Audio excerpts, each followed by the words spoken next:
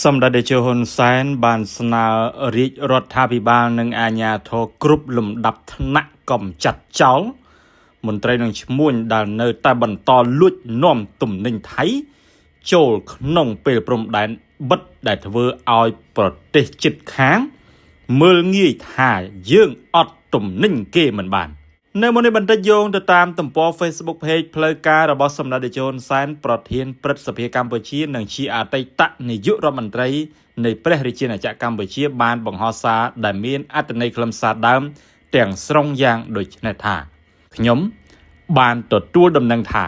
ប្រជាជនយើងនៅតាមព្រំដែនពិសេសនៅប៉ោយប៉ែតនៃខេត្តបន្ទាយមានជ័យដែលមានប្រាក់បាតថៃនាំគ្នាដូរយកប្រាក់រៀលតាំងពីខ្ញុំបង្ហោះសារបានប្រមាណ2ម៉ោងកាលពីថ្ងៃទី6ខែតុលាឆ្នាំ2025វាជារឿងល្អដែលប្រជាជនកម្ពុជាប្រើប្រាស់ប្រាក់រៀលលើទឹកដីរបស់ខ្លួនដើម្បីជៀសវាងការខាតបង់និងក្លាយជាចំណុចខ្សោយសម្រាប់ជាតិនៅពេលដែលគេប្រើជាអាវុធនយោបាយខ្ញុំក្តាប់បានថាបងប្អូនខ្មែរយើងមួយចំនួនដែលធ្វើការនឹងរកស៊ីនៅថៃមិនអាចដកប្រាក់ពីធនាគារនៅថៃបានទេនេះបានបង្ហាញថាប្រាក់បាតថៃកំពុងសម្លាប់ប្រជាជនខ្មែរដែលធ្វើការនឹងរកស៊ីនៅក្នុងប្រទេសថៃ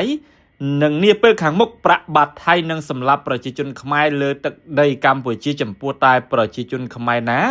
ដែលបន្តចាយនឹងទុកប្រាក់បាតថៃប៉ុន្តែអ្វីដែលខ្ញុំចង់អំពាវនាវគឺសូមបងប្អូនដែលរកស៊ីបដូរប្រាក់សូមមេត្តាបដូរប្រាក់តាមតម្លៃទីផ្សារកុំស្វែងរកប្រាក់ចំណេញហួសហេតុតាមរយៈការបញ្ចុះតម្លៃប្រាក់បាតដំឡើងថ្លៃប្រាក់រៀលដែលធ្វើឲ្យអ្នកត្រូវការបដូរប្រាក់ត្រូវខាត់បង់ខ្ញុំចង់និយាយទៅកាន់បងប្អូនជនរួមជាតិថាពីពេលនេះតទៅឈប់កំណត់ប្រាក់ឈ្នួលធ្វើការឬតម្លៃទំនិញឬតម្លៃសេវាជាប្រាក់បាតថៃហើយមកកំណត់ជាប្រាក់រៀលឬប្រាក់ដុល្លារវិញ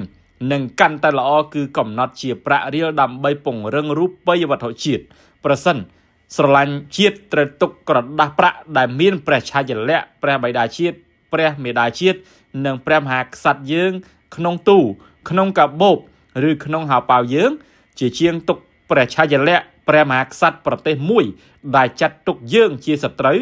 និងប្រមាថមើលងាយយើងនោះទេខ្ញុំសូមស្នើរាជរដ្ឋាភិបាលនិងអាជ្ញាធរគ្រប់លំដាប់ថ្នាក់កម្ចាត់ចោលមន្ត្រីនិងឈ្មួញដែលនៅបន្តលួចនាំទំនិញថៃចូលក្នុងពេលព្រំដែននៅបិទដែលធ្វើឲ្យអ្នកជិតខាងយើងមើលងាយយើងថាអត់ទំនិញគេមិនបានប្រសិនបើខ្ញុំនៅធ្វើជានាយករដ្ឋមន្ត្រីដូចពេលមុនខ្ញុំមិនបាច់និយាយភាសានេះទេគឺចេញបញ្ជាចាប់ខ្លួនឬដកចេញពីមន្ត្រីតែម្ដងប៉ុន្តែសូមកុំគិតថាឆ្មាមិននៅកណ្ដុលឡើងរីកឲ្យសោះ